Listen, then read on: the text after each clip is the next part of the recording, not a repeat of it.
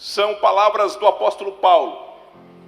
E Paulo está direcionando a igreja em Filipos. E ele está agradecendo esta igreja. Há um sentimento de gratidão inserida nas palavras do apóstolo Paulo. E perceba que Paulo diz o seguinte: eu agradeço a Deus e lembro de vocês nas minhas orações, nas minhas súplicas diante de Deus, pela vossa cooperação no Evangelho. Paulo está dizendo: olha, eu sou grato a Deus, porque vocês são responsáveis por eu estar continuando pregando o Evangelho. Vocês têm cooperado com a pregação do Evangelho.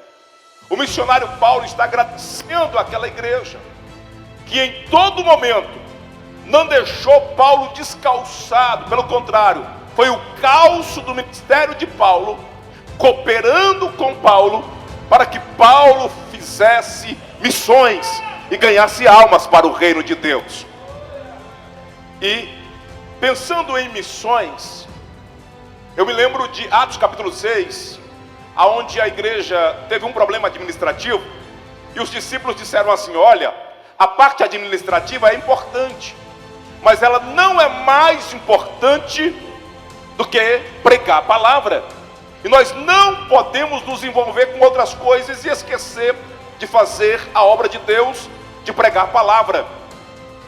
E quando eu falo de missões, irmãos, eu me lembro que o maior missionário foi o próprio Deus.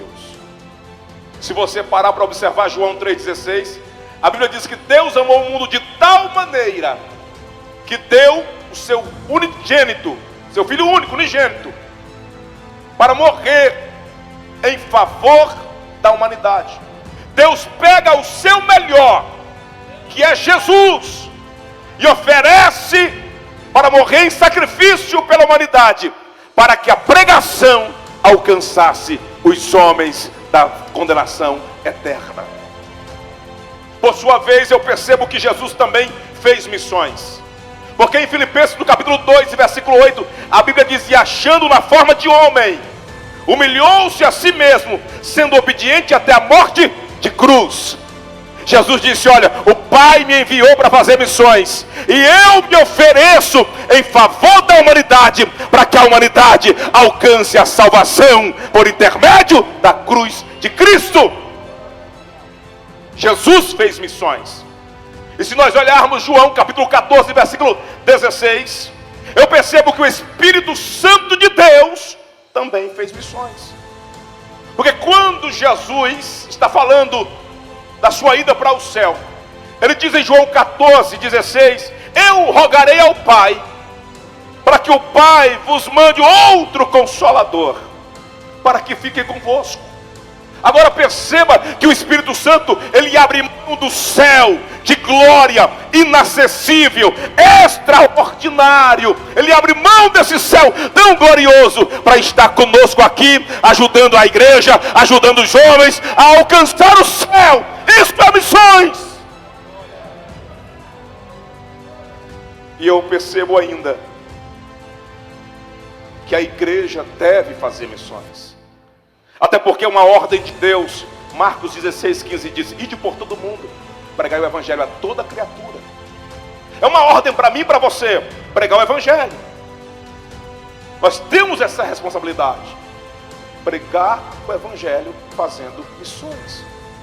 Só que Paulo diz para nós, irmãos, que como invocarão se não crer, invocarão em quem não creram, e como crerão se não ouviram, e como ouvirão se não há? Aí é interessante Paulo finalizando esse texto dizendo: e como pregarão se não forem enviados? Não tem como fazer missões se nós não enviarmos os missionários. Enviar o missionário no campo, enviar o missionário na aldeia, enviar o missionário na vila, enviar o missionário. E eu quero dizer para você que é preciso enviar. E existem 3 maneiras de fazer missões: com os pés dos que vão, com os joelhos dos que oram e com as mãos dos que ofertam. com aqueles que vão, os missionários, que tem coragem de